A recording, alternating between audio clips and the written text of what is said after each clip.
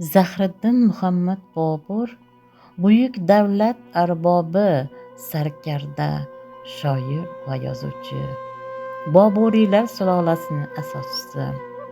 Zahriddin Muhammad Bobur 1483-yil 14-fevralda Andijonda Farg'ona hokimi Umarshayx Mirzo oilasida tug'ilgan. U Temuriylar avlodidan bo'lib, yoshligidan ilm-fan, she'riyat va harbiy san'atga qiziqqan. 1494-yilda 12 yoshida Farg'ona taxtiga chiqadi.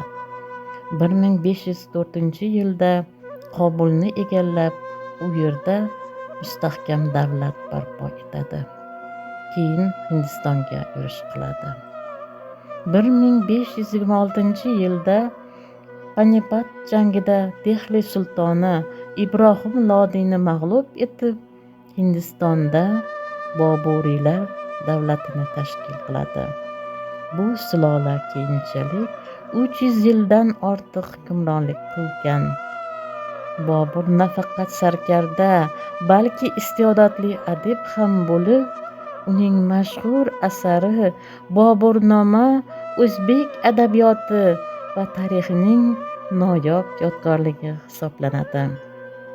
1530-yilda Bobur Agra shahrida vafot etadi. Keyinchalik uning jasadi o'zining vasiyatiga ko'ra Qobulga ko'chiriladi.